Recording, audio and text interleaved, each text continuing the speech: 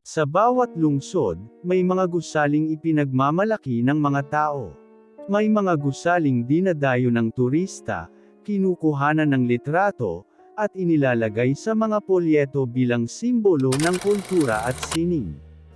At may mga gusaling tahimik lamang na nakatayo sa gilid ng kasaysayan, mga gusaling hindi ipinapakita, hindi ikinukwento, at mas lalong hindi binabalikan ng alaala. Ang Manila Film Center ay isa sa kanila. Sa liwanag ng araw, isa lamang itong lumang estruktura. Kupas ang pintura, may mga bitek sa pader. Ang mga bintana ay parang mga matang matagal nang hindi kumukurap. Walang kakaiba kung titingnan. Walang senyales na may nangyaring mali. Ngunit kapag dumilim na ang langit at unti-unting hamina ang ingay ng lungsod, may ibang presensyang mararamdaman. Parang may gumigising. Parang may humihinga sa loob ng semento. Noong dekada 80, iniutos na matapos ang gusaling ito sa loob lamang ng ilang buwan. Hindi mahalaga kung pagod ang mga manggagawa. Hindi mahalaga kung kulang ang kagamitan. Hindi mahalaga kung delikado ang kondisyon. Ang mahalaga lamang ay matapos ito sa itinakdang oras. Araw at gabi silang nagtrabaho. Walang pahinga, walang reklamo. Ang ilan ay galing pa sa malalayong probinsya, umaasang ang trabahong ito ang magpapabago sa buhay ng kanilang pamilya. Ang ilan ay may mga anak na naghihintay sa bahay. Ang ilan ay may mga magulang na umaasa sa kanilang sahod. Isang gabi, habang umuulan at madulas ang bakal, bumigay ang scaffolding. Walang babala, walang sigaw ng ingat. Isang malakas na kalabog ang umalangaw, kasunod ang pagbuhos ng sariwang semento, mainit, mabigat, at walang awa. Sa loob ng ilang segundo, 12-dosenang manggagawa ang natrap. May mga sumigaw ng tulong. May nagdasal. May tumawag sa pangalan ng kanilang asawa at anak. May umiyak.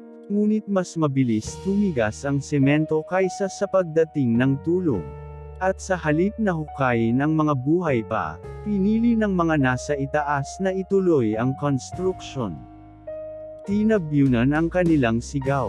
Tinabyunan ang kanilang hininga. Tinabyunan ang kanilang pagkatao. Ako si Miguel Santos. 26 na taong gulang. Isang ordinaryong tao. Hindi ako bayani. Hindi ako matapang. Isa lang akong lalaking kailangang magtrabaho para mabuhay. Hindi ako naniniwala sa multo. Hindi ako naniniwala sa sumpa. Hanggang sa unang gabi ko bilang night guard sa Manila Film Center. 47 minuto pasado alas 12 ng hating gabi. Umuulan ng mahina. Ang hangin ay mabigat. Ang gusali ay parang nakatingin sa akin. Habang naglalakad ako sa lobby, malinaw ang tunog ng aking mga hakbang. Masyadong malinaw. Parang walang ibang tao sa mundo kundi ako at ang gusali. Thap. Huminto ako. Thap, thap. Parang may kumakatok. Hindi sa pinto. Hindi sa salamin. Kundi sa loob ng pader. Tinapat ko ang flashlight. Isang marka ng kamay ang unti-unting umuusbong mula sa semento. Basa, maitim, parang dugo. Umatras ako. At bigla itong nawala. Sa gate, nandoon ang matandang gwardya. Si Mang Isko. Narinig mo na sila, sabi niya. Hindi sila patay. Dagdag niya. Naiwan lang. Basement level B3. Bandang alas 2 ng madaling araw, nag-crackle ang radyo ko.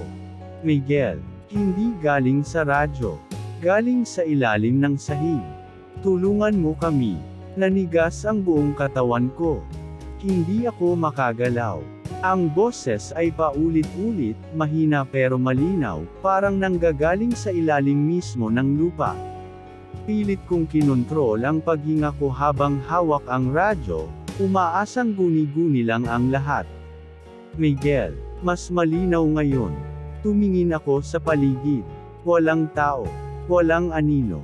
Ngunit ang sahig sa tapat ko ay tila may kakaibang galaw, parang dahan-daang humihinga. Napalunok ako at umatras ng isang hakbang. Biglang namatay ang ilaw.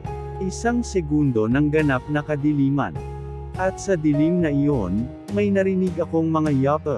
Hindi isa, hindi dalawa, marami, mabibigat, mabagal. Parang may mga taong naglalakad sa loob ng mga pader.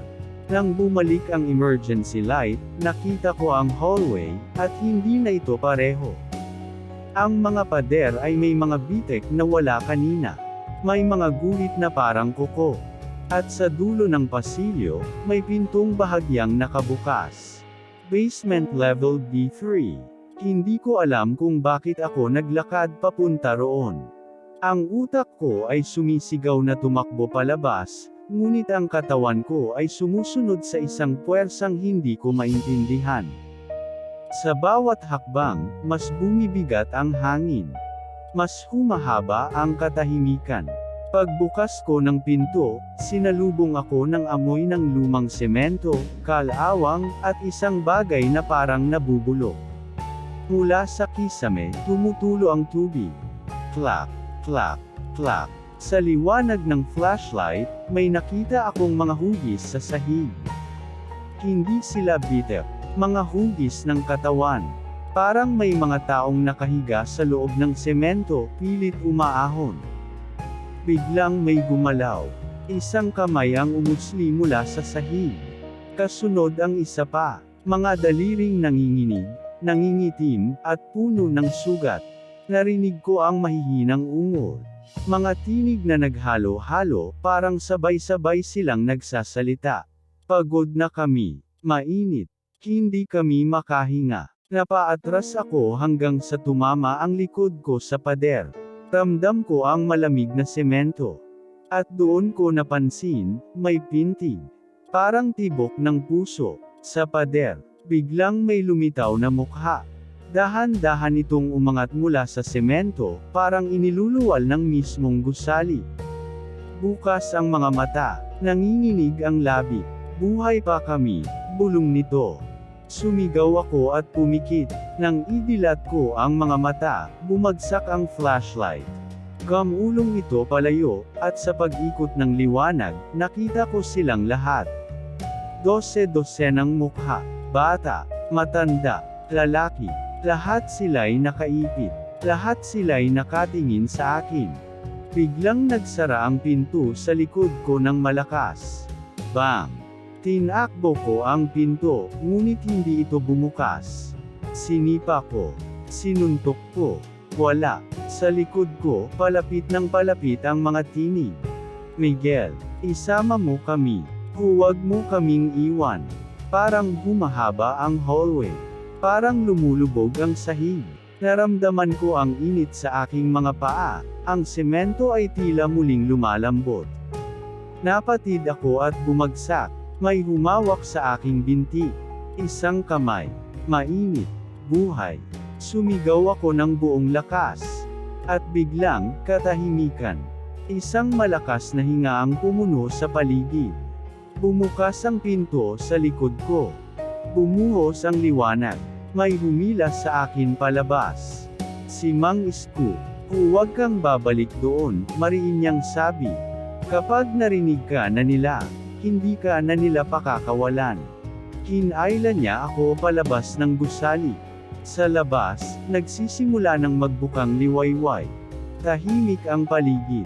Parang walang nangyari. Ngunit sa aking pantalon, may marka ng kamay. Nakaukit sa alikabok ng semento. At sa aking tainga, may bulong pa ring hindi nawawala. Hinihintay ka namin. Hindi ako nakapagsalita ng ilang minuto. Nakaupo lang ako sa bangkita sa labas ng Manila Film Center, hawak ang ulo ko habang hinihingal. Ang araw ay unti-unting sumisilip, pero ang lamig sa katawan ko ay hindi nawawala. Parang may naiwan sa loob ko. O mas tama, parang may isinama ako palabas. Tandaan mo ang gabing ito, sabi ni Mang Isko habang sinisindihan ang sigarilyo. Hindi lahat ng nakakarinig sa kanila ay nakakalabas. Gusto kong magtanong. Gusto kong malaman kung ilang gwardiya na ang nakaranas ng ganoon. Kung ilan ang bumalik. Ngunit bago pa ako makapagsalita, tumalikod siya at naglakad palayo, iniwan akong mag-isa sa liwanag ng umaga. Akala ko tapos na. Nagkamali ako. Kinagabihan, nasa apartment na ako. Sinubukan kong matulog, ngunit sa tuwing ipipikit ko ang mga mata ko, naroon ang mga mukha. Mga matang bukas. Mga bibig na pilit sumisigaw sa loob ng semento. 47 minuto pasado alas 12 ng hating gabi. Nagising ako sa tunog. Thap, thap. Galing sa dingding ng kwarto ko. Tumayo ako ng dahan-dahan, nanginginig ang kamay. Tinapat ko ang ilaw ng cellphone sa pader. Sa una, wala akong nakita. Ngunit unti-unti, may umumbok sa pintura. Isang marka ng daliri. Kasunod ang isa pa. Napaatras ako. Miguel. Mahina. Malapit. Hindi galing sa Manila Film Center. Galing sa loob ng bahay ko. Tumakbo ako palabas ng kwarto at sinara ang pinto. Humihingal akong napaupo sa sahig ng sala. Pinilit kong sabihin sa sarili ko na panaginip lang iyon. Stress, pagod, takot. Ngunit nang tumingin ako sa sahig, may bakas ng alikabok ng semento papunta sa pintuan. Kinabukasan, bumalik ako sa gusali para mag-resign. Ayoko na. Kahit anong mangyari, hindi na ako babalik doon sa gabi. Ngunit pagdating ko sa guardhouse, wala si Mang Isko. Sino si Mang Isko? Tanong ng supervisor. Parang binuhusan ako ng malamig na tubig. Matagal nang patay ang dating gwardyang may ganyang pangalan, dagdag niya. Na-aksidente noong construction. Nasa listahan siya. Hindi ako nakapagsalita. Sa hallway ng Manila Film Center, muli kong narinig ang mga yapa. Ngunit sa pagkakataong ito, hindi ako natakot. Parang may lungkot. Parang may paghihintay. Sa dingding, may bagong marka. Hindi kamay, mukha. At sa ibaba nito, may mga salitang tila kinayod mula sa loob. Salamat sa pakikinig. Tumakbo ako palabas at hindi na lumingon. Ngunit hanggang ngayon, tuwing sasapit ang 47 minuto pasado alas 12 ng hating gabi, may naririnig pa rin akong kumakatok sa mga pader.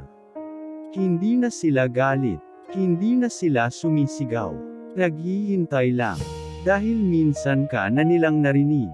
Hindi ka na nila kailanman bibitawan. Nagising ako sa umaga na masakit ang buong katawan ko. Nakahiga ako sa sahig ng lobby ng Manila Film Center. Walang bitek, walang sirang ilaw, walang bakas ng pagbagsak, parang walang nangyari. Pero sa dibdib ko, may bigat na hindi ko maipaliwanag. Parang may naiwan. O may nadagdag. Tinignan ko ang relo ko. 3 minuto pasado alas 12 pa rin. Hindi gumagalaw. Sa guard logbook, may bagong entry. Hindi ko sulat kamay. Present. Isang salita lang. Pag-angat ko ng ulo, napansin kong iba ang tunog ng gusali. Hindi na tahimik. May mahihinang kaluskos sa mga pader. Parang may gumagalaw sa loob ng semento. Habang naglalakad ako sa hallway, napapansin kong may mga bakas ng kamay. Sa ilang bahagi ng dingding. Hindi malinaw. Parang pinahid agad. Sa elevator mirror, may nakita akong refleksyon, na hindi gumalaw kasabay ko. Nang lumingon ako, wala. Pero nang bumalik ang tingin ko sa salamin, may sulat sa ibabaw ng salamin. Parang hininga sa malamig na gabi. Hindi ka nabisita.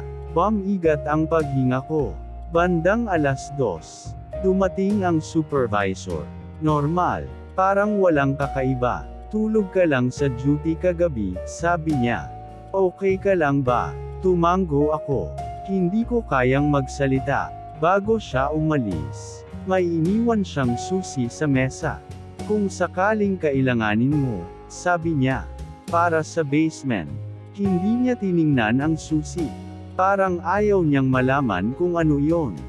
Pagkaalis niya, napansin ko ang tag sa susi. B3. Hindi ako bumaba agad, pero alam kong bababa ako. Dahil sa tuwing hahakbang ako palayo, mas bumibigat ang dibdib ko. Mas humihigpit ang paghinga, parang may humihila pababa, at sa unang pagkakataon, hindi na ako tinatakot ng gusali. Inaanyayahan na niya ako. Matagal akong nakatitig sa susi. Hindi ito mabigat, hindi rin ito espesyal, pero ramdam ko, ito ang pinakadelikadong bagay na nahawakan ko. 3 minuto pasado alas 12 pa rin ang relo. Hindi pa rin gumagalaw. Sa bawat hakbang ko papunta sa elevator, parang mas humihigpit ang dibdib ko. Hindi takot, hindi kaba, parang pressure, parang may hinihintay na mangyari. Nang bumukas ang elevator, wala itong ilaw sa loob. Basement lang ang gumagana. Pindot ko ang B3. Hindi bumaba ang elevator. Parang lumulubog. Mas mahaba ang biyahe kaysa sa dapat. Nang bumukas ang pinto, hindi malamig ang hangin. Mainit, mabigat, amoy semento na bagong halo. Walang ilaw sa pasilyo, pero malinaw kung nakikita ang mga pader. Dahil may mahihinang marka na parang nagliliwanag mula sa loob. Mga bakas ng kamay, mga bakas ng paa, lahat papunta sa iisang direksyon. Sa dulo, may pinto na walang numero. Walang hawakan. Walang lock. Ngunit nang ailapit ko ang susi, kusang bumukas. Sa loob, isang silid na hindi kasama sa plano ng gusali. Walang kagamitan. Walang poste. Sahig lang. At pader. Ngunit ang sahig ay hindi pantay. Parang may mga katawan sa ilalim. Biglang may gumalaw. Hindi sa paligid. Sa loob ng ulo ko. Mga alaala. Hindi akin. Pero malinaw. Mga lalaking nagtatrabaho. Umuulan. May sigawan. May utos na magpatuloy. At tuloy niyo. Narinig ko ang boses. Hindi sigaw. Hindi galit. Utos lang. Biglang may lumabas na marka sa gitna ng silid. Isang bilog. Parang sinadya. At sa loob ng bilog, may ukit na mga salita. Kapag may bumaba, may mananatili. Naramdaman ko ang bigat sa mga paa ko. Parang dumaikit ang sahig. Parang unti-unti akong hinihila pababa. Sa pader, may isang pangalan na unti-unting lumilitaw. Parang isinusulat mula sa loob. Rafael Navarro. Hindi ako sumigaw. Hindi ako tumakbo. Sa halip, may tanong na pumasok sa isip ko. Kung may mananatili, sino ang makakaalis? At sa sandaling iyon, may sumagot. Hindi mula sa pader, kundi mula sa aking bibig. Ako na.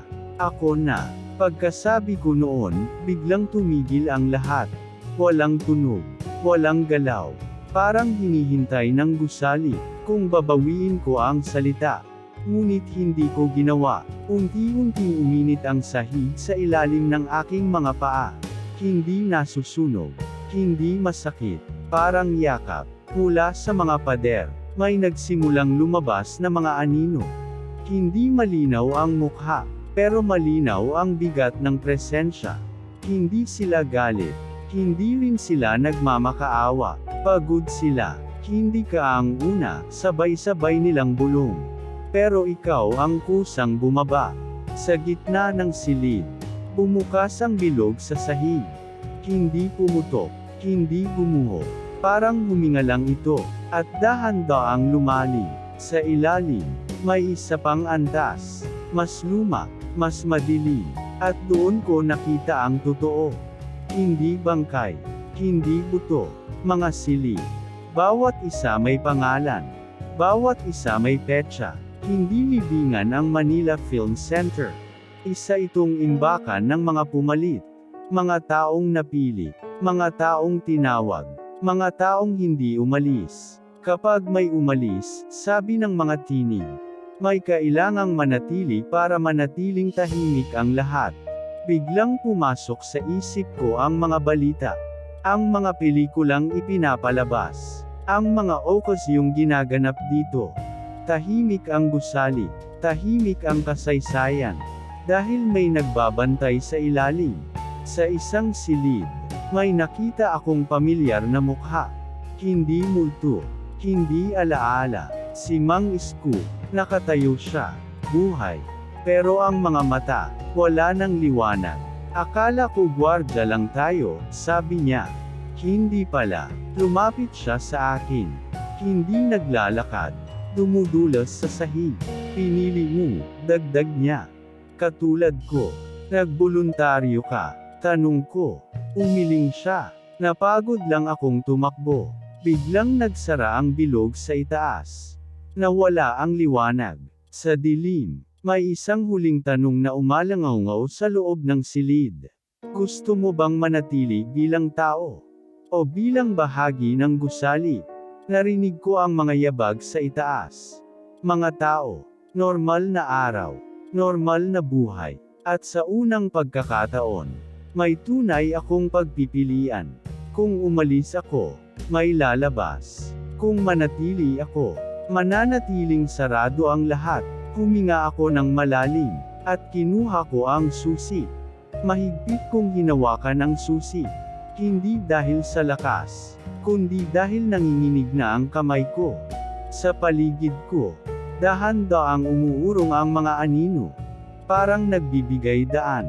Hindi nila ako tinutulak. Hindi nila ako hinihila. Hinahayaan nila akong magpasya. Lumapit ako sa silid na may pangalan ko. Walang pinto, walang harang.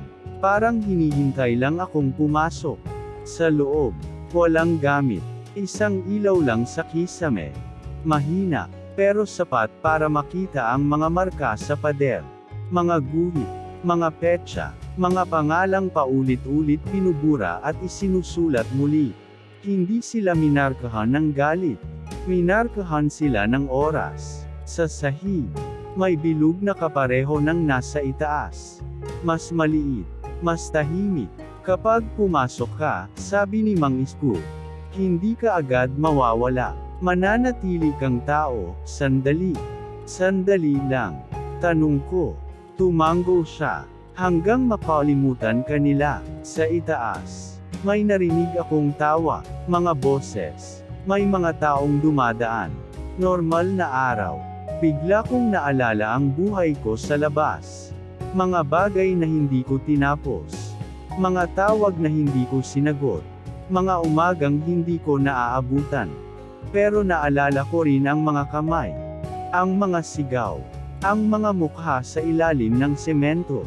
Humakbang ako papasok sa bilog. Walang biglang nangyari. Walang lindol. Walang sigaw. Unti-unting nagbago ang pakiramdam ng katawan ko. Parang bumibigat ang bawat hinga. Parang humahalo ang hangin sa semento. Hindi ka mawawala, bulong ng mga tinig. Magbabago ka. Sa pader, nagsimulang lumiwanag ang mga pangalan. Isa-isa, parang humihinga. At sa gitna nila, lumitaw ang bago. Rafael Navarro. Hindi ukit. Hindi sugat. Bahagi ng pader. Narinig ko ang huling tanong. Mas mahina ngayon. Mas mahinahon. Handa ka na ba? Isinara ko ang mga mata.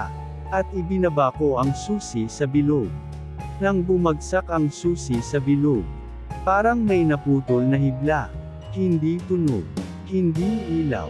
Isang pakiramdam na parang may isinara. Unti-unting nawala ang bigat sa dibdib ko.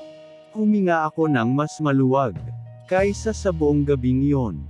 Sa paligid, nagsimulang umurong ang mga anino. Hindi pabalik, kundi paloob. Parang bumabalik sa pinanggalingan. Naramdaman ko ang sahig sa ilalim ng aking paa, na muling tumitigas. Hindi na mainit, hindi na humihinga. Semento na lang ulit. Si Mang Isko ang huling nawala. Hindi siya nagpaalam. Umiti lang siya. Pagod. Pero payapa. Nang imulat ko ang mata ko. Nasa lobby na ako. Umaga, may mga tao, may ingay, may normal na mundo. Sa guard desk, may bagong gwardya, bata, bagong uniforme. Sir, sabi niya, okay ka lang ba? Tumango ako. Hindi ko alam kung paano ipapaliwanag ang mga oras na nawala. Sa logbook, may huling entry, 12:03 AM. Closed.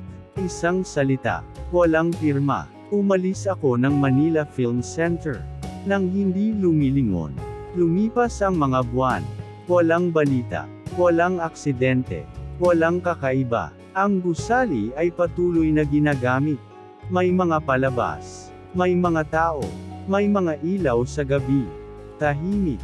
Ngunit minsan, kapag napapadaan ako sa lugar, tumitigil ang relo ko. Eksaktong 3 minuto pasado 12:00. At sa pagitan ng ingay ng lungsod, kung makikinig ka ng mabuti, may maririnig kang mahinang tunog mula sa ilalim ng lupa. Hindi sigaw, hindi iyak, isang paghinga. At kung sakaling itanong mo, kung sino ang nagbabantay ngayon, hindi na tao, hindi na rin multo. Isa itong alaala, na hinding-hindi na muling bubuksan. Dahil may isang taong pumili, na manatili, kahit nakalabas na siya.